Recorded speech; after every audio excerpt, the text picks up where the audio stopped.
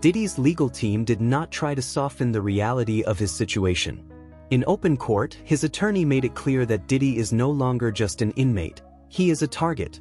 While being held at the Metropolitan Detention Center, there was already an attempted attack involving a weapon. The incident was stopped before it turned fatal, but the message was unmistakable. Someone tried to hurt him, and in prison, a single attempt is enough to change everything. That moment shifted the narrative. This was no longer about celebrity downfall or public opinion. It became a matter of personal safety. When a high-profile inmate becomes a target, the danger doesn't fade, it escalates. That is why his legal team has been openly warning the court about the risks he now faces daily. Are you concerned that Sean Diddy Combs could be sexually assaulted, violently assaulted? Is that a thing? Because based on what was said in court, it feels like a thing. Yeah, it clearly is a thing. I mean, they're already, and he did not want to make a big deal of it. They already tried to shank it once at the MDC, and that was thwarted. And it happens in prison. I mean, you and I could tick off how many times we are aware of somebody getting seriously injured or killed in prison. And so they're going to have to keep him somewhere that they can keep an eye on him.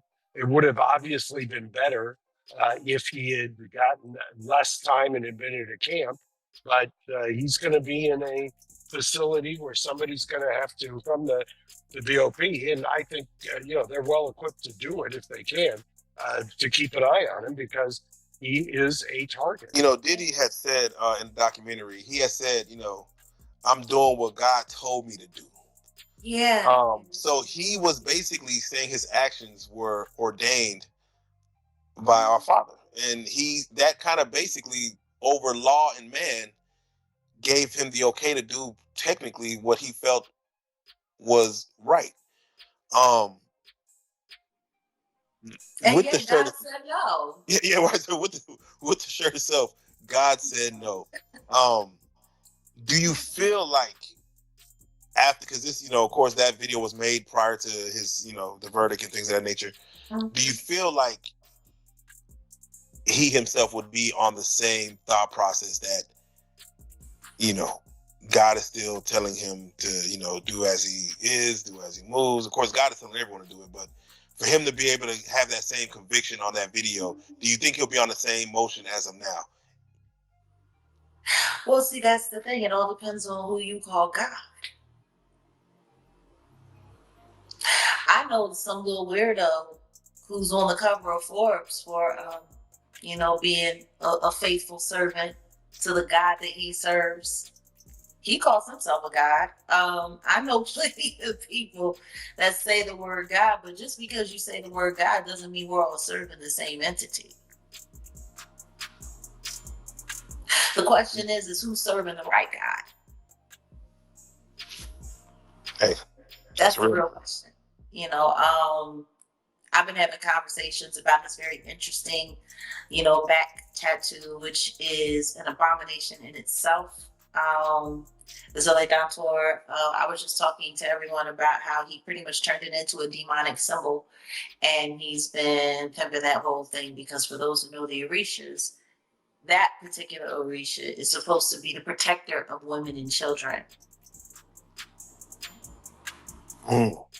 Wow. Why would someone like him have that tattoo on his? Prison violence is not rare, and it is not random. According to legal experts, inmates are assaulted or killed every year, and those risks multiply when someone is famous, wealthy, or widely known. A name carries weight inside prison walls, and that weight often attracts hostility. Authorities are forced to make difficult decisions in cases like this. Increased monitoring is not about privilege. It is about preventing a predictable outcome. When someone becomes a symbol, especially one surrounded by controversy, they draw attention from individuals looking to make a name for themselves or settle perceived scores. I don't know if anybody's paying attention to the fact that almost every Diddy documentary that's out, he's in it. He is. He wasn't in this one, though. Huh? Oh, no, he was in this one. Oh, he was. You're correct. You are correct. He was in this one. He was sitting there, smiling with a shit-eating grin, While Diddy is sitting there telling him that he is the gold standard of Black excellence and how he's writing the price point for our people, and he's just so happy to be there. And listen to this demon run his face when he knows exactly what's going on. And it's really wild because I was listening not long, actually during the trial, he did a whole video calling me a liar and telling people why they shouldn't believe me. And he uses the same style of disinformation. It's like very interesting. Like he's got a style when he's doing this disinformation, when he's trying to get people to unbelieve what they saw with their own. For decades, Diddy controlled rooms, conversations, and narratives. But incarceration strips away those tools. There is no stage, no audience, no influence to lean on. When the doors close, power disappears, and that psychological shift can be devastating. Jaguar Wright questioned how someone who once spoke with absolute confidence about divine purpose would cope now that control is gone. When belief systems are built around authority and dominance, prison forces a reckoning. The image collapses, and what remains is the individual, unprotected and exposed. Jimmy Henchman? Jimmy Henchman. Yeah, he was bringing up Jimmy Henchman and all of this and all of that. And it's so funny because everything that he's saying is true, except for he left out one key part. Jimmy the Henchman did plenty of business with Diddy. Not just Diddy. I could think of a couple other records he did some dirty work for as well. And it's just so funny that he decided to start off by saying, oh, see, this was wrong. And they tried to get you to believe this and they tried to get you to believe that, except for that connecting part. And then the simple fact that you have Keefe D saying that he was contracted to handle up. So clearly, we're talking about the kind of situations where someone is using someone by proxy to handle their business for them. Now, of course, all of this is alleged. Keefe D, it's really strange. Keefe D, I'll never forget because I went out to Vegas to cover his trial. I had a press pass. I was going to be in there the whole 9 yards, but they kept pushing everything back and pushing everything back. And then he got attacked just like Tory Lanez did, and everything went all to hell. Isn't it wild that he's been in there since 2023 and we're still waiting for his trial to come up in 2026? Puff didn't get pinched until a year after him and managed to get to trial and get through trial and get sentenced and get to serve his time before Keefe D. Keefe D is since 2023. Yeah, he must not have the right to a speedy. They must have skipped that part.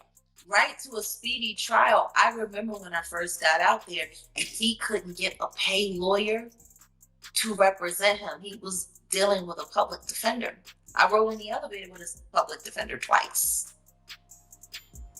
And he had money. Nobody would take his case. Wow. The word literally went out into the street to not take his case. To leave him in the hands of... Diddy had previously stated that his actions were guided by God, suggesting a higher approval that placed him above judgment. Jaguar Wright openly challenged that claim. She argued that simply invoking the word God does not mean everyone is serving the same moral authority. According to her, the narrative felt less like faith and more like justification. When accountability arrives, spiritual language can no longer shield behavior. The question becomes unavoidable. When power is gone, does conviction remain, or does the belief system fall apart with it? This documentary, if you didn't hate Diddy, it will make sure that you do. What I hate about it is how sanitized it is. And that's what I've been saying all along. It's sanitized. It's set up to make it seem like Diddy is the only bad guy, when it's keeping out a lot of other people that were involved who had their hands involved in all kinds of things, which also makes it vulnerable for people to go after it. Like I said, it's very clever. It's very, very, very clever. Now we It's have just enough to make you hate the whole situation, but there's just enough misplaced and put in the wrong situation, and this added here, and this for you to be able to still have reasonable doubt on whether or not any of this stuff is real. Yeah. to. Would you call the documentary educational, informational, entertaining? Like what would you say this documentary? Gaslighting. Gaslighting. And it's sad because there's a lot of stuff in there that's true. But there's enough left out to create doubt. And that's the same thing that happened with the trial. Actually, with the trial, it was a lot worse because with the trial, there was just a lot of stuff left out. There was more stuff in this documentary that was in the trial. Half of the stuff in this documentary should have been presented at the trial.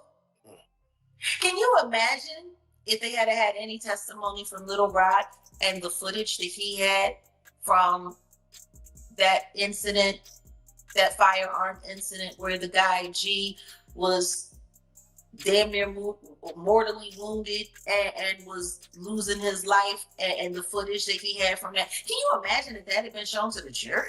Jaguar also drew attention to the symbolism Diddy has displayed, including tattoos connected to spiritual imagery. One symbol in particular, she noted, traditionally represents protection of women and children. In her view, the contradiction between the symbol's meaning and the accusations surrounding him was impossible to ignore. To her, these symbols were not expressions of belief but tools, reshaped and repurposed to build an image of power. When actions contradict symbolism, the symbolism loses its meaning, leaving behind questions about intent and authenticity. He announced that he was going to be doing this documentary before the arrest, which is kind of interesting when you think about it, because the footage that he used, that he featured in this documentary, happened after he announced he was going to be doing the documentary. Yeah. Yeah. How lucky was that? What a find. So What a find that was. Like, let's think about that. He announced he was going to be doing the documentary December 2023 with Netflix. And the star footage that you use to get people to re-upload or resubscribe to Netflix to make this the #1 in their TV shows division for almost 2 weeks straight. Beating out Stranger Things. How much stranger is that? I'm not backing. This footage didn't even exist when you said you were going to be doing this documentary. So we've got a videographer, a rogue videographer that has this very, very, very explosive, very explosive footage of him literally sitting on camera, planning how to go after survivors, how to poison the jury pool, how to fix his trial in advance before he's even arrested. I mean, like, is anybody not forgetting when Mark Agnifilo was sitting there talking to the sons in the hallway, and they're sitting there filming, and he's sitting up there, yeah, well, see, what we got to do is we got to go and we got to put countersuits on all of these people. We have to create lawsuits ourselves. Much of the conversation turned toward the 50 Cent produced documentary. Jaguar Wright argued that the project framed Diddy as the sole villain while quietly removing others who were deeply involved behind the scenes. That imbalance, she said, does not reveal the full truth. It creates a target that in a prison environment. Standing alone is dangerous. When a narrative isolates one individual as the embodiment of wrongdoing, it strips away context and shared accountability. The result is a clean story for viewers, but a risky reality for the person left carrying all the blame. He did, man. Yeah, he got everybody going, man. He's getting a lot of backlash, man. Like, people are like mad at 50 for getting behind this thing. Well, see, the thing about it is that people are out there rabbit mind, and they gonna sit up here and they gonna say some stuff like, they try to make it up like it's because of a girl, it's because of a woman. A man that can have any woman in the damn world, you understand, go any parts of the world, find beautiful women all over the world that's willing to do whatever he wants to. I'ma be mad because this dude got this one. Nah, it's bigger and it's more than that. They don't want to say it. A lot of these cats out here don't want to tell the truth behind shit. You understand? Jaguar acknowledged that many claims presented in the documentary were technically true. However, she emphasized that truth without context is misleading. Names like Jimmy Henchman and events like the Quad Studios shooting were discussed, but the connective tissue was missing. When power structures, intermediaries, and proxy actions are removed from the story, the audience is left with an incomplete picture. That omission doesn't clarify history, it distorts it. And distortion, when repeated enough, becomes accepted reality. Try to take you out of here, try to stop you from eating and everything like that. Diddy was a part of that too. He was a part of that. Because he was telling the executives and people, don't mess with him. Just picture this, bro. He knew he could write. He knew 50 had talent. You understand? Why 50 ain't get a deal in New York City? Facts, yeah. They had him blackballed. I mean, I think even Irv Gotti talked about it in an interview that he blackballed him. Right. But hold up, it ain't only Irv Gotti, because Puff had a voice just as much, or probably more than Irv. If Puff would have said, yo, I'm gonna sign this kid, who's gonna stop him? Why he didn't sign him? He wrote some of his best lyrics. You understand? Let's get it. Yeah. You know what I mean? So the whole thing about it is, man, and now these dudes out here want to portray like I supposed to love my enemy. Man, I don't turn the cheek and all that shit like that. No Diddy.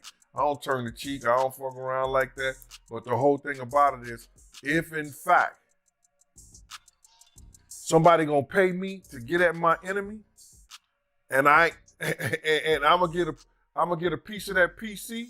One of the most troubling aspects, according to Jaguar, was timing.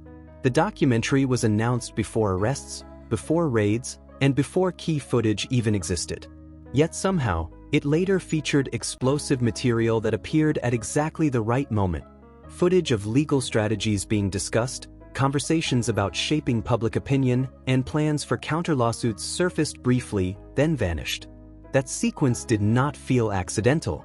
It felt coordinated, raising questions about who controlled the narrative long before the legal process began. I think that he just really is anti-sex. He like recording girls, and then him getting with 50 Cent's baby mother was definitely like a power move. Oh yeah. And then he records, so he keeps these recordings. So what I was thinking is like, what if he can be on some shit like, if you really want to get at it, like, look at your baby mama fucking on these dudes, Right, like, getting slipped out. Yeah, getting slipped out, like, to really piss him off. Like, maybe, I feel like sometimes, I feel like he uses the recordings for leverage, low key.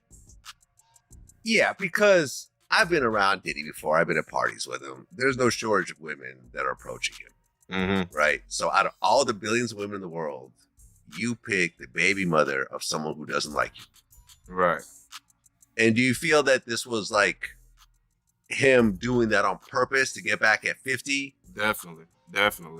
It was definitely like a revenge, a beef type thing to get with his baby mother of all people. Yeah. They said they told me how they met, and it was like, How did they meet?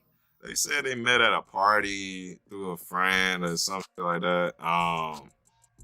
But I mean, I guess that's Hollywood though. Hollywood, everybody know each other pretty much.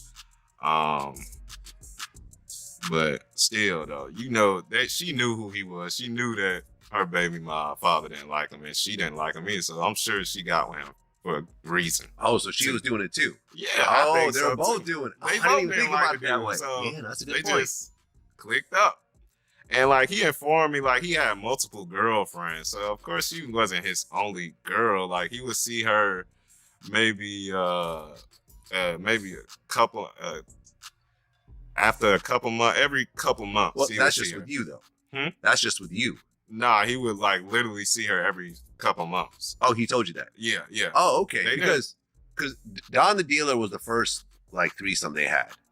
So, and he was meeting up with him on a regular basis. He even mentioned after his houses were raided, he went to like the Miami mansion and met up with them again. They were talking about it. I ain't never been to the Miami mansion or nothing. I used to go to different hotels and stuff, but we've met in Miami at hotels and whatnot. Well, you guys never discussed price, but at the end you did get paid. Yeah, the first time. I got paid the first time. Gene Deal offered insight into why 50 Cent may have been motivated to expose Diddy so aggressively. Early in his career, 50 was writing, building momentum, and poised to become New York's next major star. Then doors began closing. According to Deal, powerful figures warned executives not to work with him. Opportunities disappeared. Deals evaporated. When someone helps block your career and isolate you within the industry, that resentment doesn't fade. It hardens. And years later, when power shifts, that history resurfaces. It was about the contracts. Like, it was definitely about the contracts. One time, he was like, I give you 2 bands more if you do another contract. So, it's definitely about the contract. Okay. And these sessions would last like 12 hours? Yeah, minimum. Minimum? Yeah. What was the longest you went? I mean, it usually was go from night till morning to the afternoon. I mean, I say like 16 hours. It's just like a night to day thing. Night to day. So, yeah. Okay. Well, most human beings can't have a session like that for 16 hours. Sober. With a little break in between. Well, sober. Yeah. And you would show up and they'd be geeked up. Sometime. I mean, they would. It depends on what night it was. Like I could tell when they were more geeked up than other nights, and but they were always on some type of something. Right, and there'd be a tray of drugs in the room. Yeah, they party hard. They party all night. Other voices described Diddy as someone who valued control above all else. From relationships to personal interactions, everything appeared calculated. One incident stood out: his involvement with 50 Cent's child's mother. Those who spoke on it said it felt intentional, not accidental. Out of all possible choices, selecting someone so closely tied to an adversary seemed like a deliberate power move. In their eyes, it wasn't about attraction, it was about leverage. I mean, he would be offering me like honey packs and like different dick pills, and sometimes he would offer me a pill and she would be like, nah, don't do that. Like most of the time she didn't want me to do no drugs. I think she was kind of like protecting me from doing drugs. But I don't know what the hell they had. I mean, I seen the pills. I didn't know what the fuck it was, but I seen pink cocaine, and different pills. And I don't know. They had like juice, some juice, probably Molly water or something. I don't know. Well, this one time you went to go smoke some weed. Oh, well, yeah. The joints always tasted funny. The joints always tasted like, I don't know. It tasted like the synthetic type. Like, I know good weed. I be in LA all the time, so I know good weed, but that wasn't no regular stuff that I was hitting. But I used to smoke them just because it was there, and it was like, but nah, it wasn't. Did you feel like you were exploited? Do I feel like I was exploited? A bit, yeah. Yeah? How so? I mean, I feel like the love in it was fair. I mean, because we really was very close. Like, I felt like we was real, like having real deep conversations and and cried in front of them. And you cried in front of them? Yeah, I cried. And I was embarrassed to say I was up at the time. I ain't gonna lie, we was drinking deli on and okay. Yeah, it's like, it was kind of like I was close to her, I thought, but it kind of felt like fake love, like after a while. But it's just I don't feel like I was I did everything I wanted to. I got paid for it, but I feel like it could have been it could have been smoother. It could have been things it could have been more. You know what I'm saying? It could have been a better opportunity, I feel like.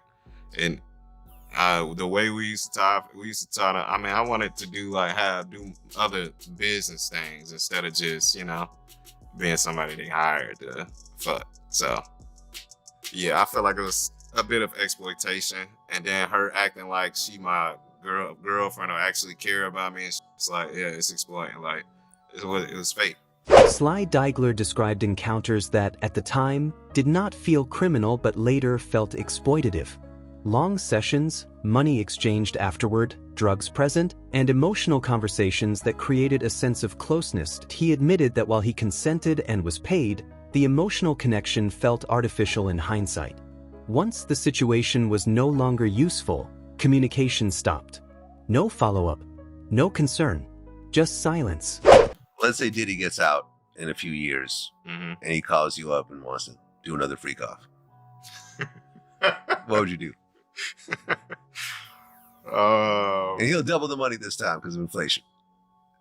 I mean, yeah, I don't know. Because those freak offs got you caught up in a lot of stuff afterwards. Yeah, I don't know, man. I don't know about that. Yeah, I don't know. I don't think so. Everybody want to say that 50 Cent did the whole documentary. He was responsible for doing the whole documentary. What goes in there and what goes out of there. And I don't believe that. And I don't believe that he's responsible for everything that goes in there. I don't believe he's responsible for everything that goes out of there. Guys want to say that he's snitching, you know what I'm saying? Because he's telling his truth about what went down and what he saw or what he heard or whatever like that. I don't know how to love my enemy. And if I gotta put out the truth about something that he was doing and is wrong, and that was wrong, I don't have no problem with that, 50. Not a problem at all. Keep doing it. Maybe enough men come out and speak out on some bullshit. Gene Deal made a final observation about those still defending Diddy. He believes many are not defending the man, they are defending the behavior. In doing so, they reveal themselves. As more voices come forward, a pattern emerges. Power protects until it doesn't. When protection disappears, exposure follows. And once exposure begins, it rarely stops with one person.